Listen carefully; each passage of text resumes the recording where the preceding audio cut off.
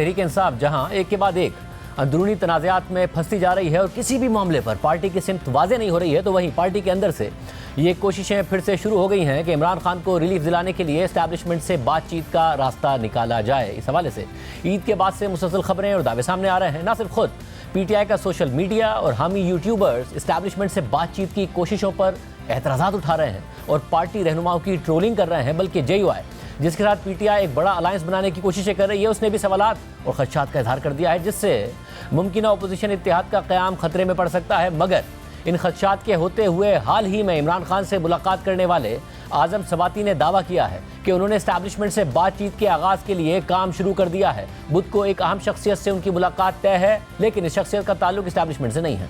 Doctor Alvi साहब को मैंने अभी टेक्स्ट किया है कि अगले आने वाले वेंसडे को मैं किसी को मिल रहा हूं। मुझे यकीन है कि जैसे डॉक्टर अलवी साहब आएंगे तैयार होगा। मैं किसी एस्टैब्लिशमेंट की फिगर से आपकी मुलाकात होगी? नहीं सर, नहीं। दोस्त मुल्क आगे आ सकते हैं? मेरे ख्याल आएंगे इंशाल्लाह। मेरे ज़हन के अंदर खाका है, कुछ लोगों ने, कुछ हमारे दोस्तों ने इस पर काम भी कर लिया। आज़म सवाती के अलावा अली अमीन गंडापुर ने भी इमरान खान से मुलाकात के बाद एस्टैब्लिशमेंट से बातचीत का इशारा दिया था। साथ ही हाल ही में यह खबरें सामने आई थीं कि तहरीक इंसाफ के हिमायती पाकिस्तानी अमरीकी डॉक्टर्स और कारोबारी शख्सियात ने इस्लामाबाद में DGISI से मुलाकात की और उनसे इमरान खान के हवाले से बातचीत की। फिर तहरीक इंसाफ की हिमायती शख्सियात को सोशल मीडिया पर खुद तहरीक इंसाफ के रहनुमा और हामी यूट्यूबर से सख्त ट्रोलिंग का सामना करना पड़ा और वो इमरान खान को रिहा कराने की अपनी कोशिशों पर वजाहतें देते रह गए। और अब आज़म सवाती के साथ साथ अली अमीन गंडापुर को भी एस्टैब्लिशमेंट से मुज़ाकरात के मामले पर पार्टी कारकुनों को वजाहतें देना पड़ रही हैं। इसके अलावा खैबर पख्तूनख्वा के माइंस एंड मिनरल्स बिल के मामले पर भी अली अमीन गंडापुर को पार्टी के अंदर से संगीन इल्जामात का सामना है। खुद अपनी ही पार्टी क़यादत और सोशल मीडिया तनकीद कर रहा है। पीटीआई के हामी यूट्यूबर्स और बैरून मुल्क मुक़ीम रहनुमाओं के साथ साथ इमरान खान की बहन अलीमा खान और सेक्रेटरी जनरल सलमान अकरम राजा ये दावा कर रहे हैं कि माइंस एंड मिनरल्स बिल सूबाई हुकूमत का अपना नहीं है, बल्कि ये एस्टैब्लिशमेंट के ईमा पर लाया गया है। वफाक और इदारों ने ड्राफ्ट करके भेजा है और अली अमीन गंडापुर की सूबाई हुकूमत को हुक्म दिया गया है कि इसे जल्द से जल्द पास किया जाए ताकि इस बिल के जरिए मादनियात पर सूबाई हुकूमत के इख्तियारात को ख़त्म या महदूद किया जा सके। लेकिन खुद वज़ीर आला अली अमीन गंडापुर और उनकी सूबाई हुकूमत इस तनकीद को बिला जवाज़ करार देकर न सिर्फ मुस्तरद कर रहे हैं, बल्कि प्रोपेगेंडा करने वालों को माफिया करार दे रहे हैं और साथ ही इस बिल को पीटीआई के इस्लाहाती एजेंडे का हिस्सा करार दे रहे हैं। मगर पार्टी में तकसीम और इल्जामात के बाद आज पीटीआई की सियासी कमेटी में अली अमीन गंडापुर ने बिल पर उठने वाले एतराज़ात पर वजाहत दी और फिर बिल की मंजूरी को इमरान खान से तफसीली मुशावरत से मशरूत कर दिया गया। पीटीआई की सियासी कमेटी के एलामिये के मुताबिक इजलास में वज़ीर आला अली अमीन गंडापुर ने बिल के तमाम अहम नकात पर जामे और मुफस्सिल वजाहत पेश की। सियासी कमेटी ने इस बिल के तमाम पहलुओं का जायजा लिया और मुत्तफ़िका तौर पर तय पाया कि बिल में सूबाई खुद मुख्तारी, हुकूक और मादनी वसाइल, वफाक, SIFC या किसी भी वफाकी इदारे को मुंतकिल करने की कोई शिक शामिल ही नहीं है।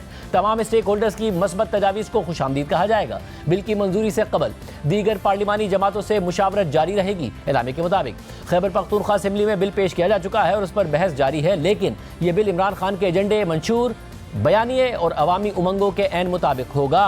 बिल को इमरान खान से तफसीली मुशावरत, बाकायदा इजाज़त और एतमाद में लेने के बाद ही असेंबली से मंजूर करवाया जाएगा। इस बिल पर किसी किस्म की जल्दबाजी ना की गई थी, ना की जा रही है और ना ही की जाएगी। एलामे में मजीद लिखा है कि इमरान खान की जानिब से 8 अप्रैल की मुलाकात में दी गई हिदायत के मुताबिक मुलाकात की तफसीलात या हिदायत पर मीडिया से बातचीत सख्ती से मना है।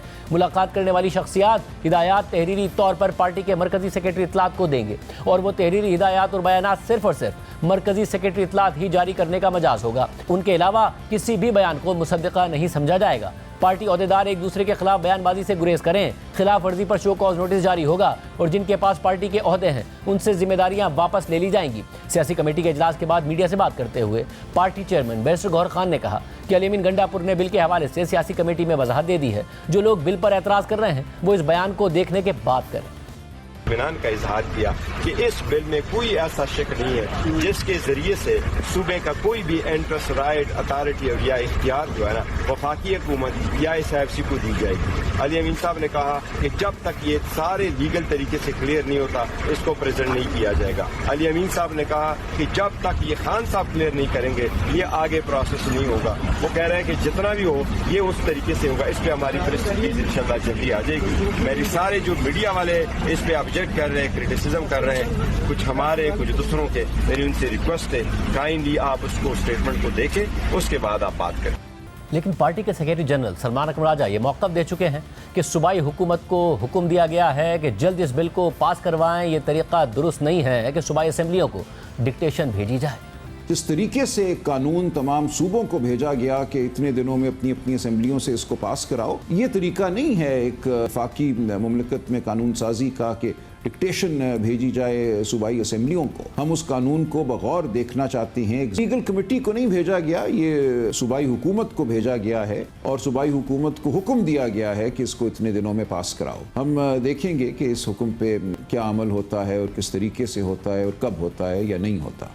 लेकिन आज सियासी कमेटी के इजलास में ब्रीफिंग देने से पहले खुद अली अमीन गंडापुर समेत सूबाई हुकूमत के नुमाइंदे इस बिल की न सिर्फ पूरी ओनरशिप लेते रहे हैं बल्कि इसके फ़ायदे भी गिनवाते रहे हैं। साथ ही इस बिल के खिलाफ प्रोपेगेंडा करने वालों को माफिया करार दे रहे हैं।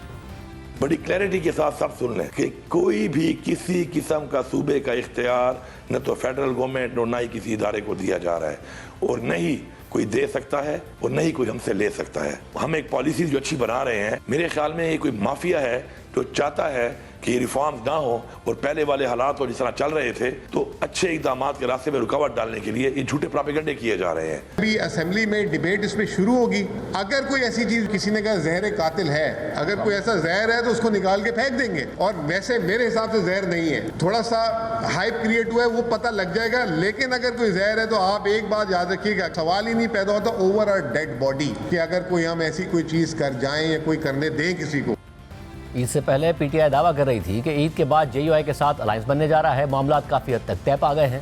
अलायंस बनने के बाद मौलाना फजल रहमान के साथ मिलकर हुकूमत के खिलाफ एहतजाजी तहरीक चलाएंगे। मगर पीटीआई की एस्टैब्लिशमेंट से राब्तों की कोशिशों पर जेयूआई ने सवाल उठा दिया है और अलायंस के लिए आगे बढ़ने से पहले वजाहत का मुतालबा कर दिया है। जेयूआई के सीनियर रहनुमा सेनेटर कामरान मुर्जा ने कहा है कि पीटीआई ने एस्टैब्लिशमेंट से राब्ते करके हमारे साथ तय की गई बातों की खिलाफवर्जी की है। जब तक पीटीआई एस्टैब्लिशमेंट से राब्तों पर वजाहत नहीं देती आगे नहीं बढ़ सकते। मगर पीटीआई ने अभी तक ऑफिशियल सतह पर यह बात मानी नहीं है कि कोई मुज़ाकरात होने जा रहे हैं। आदम सवाती मगर ज़रूर कह रहे हैं कि उन्हें इमरान खान ने मैंडेट दिया है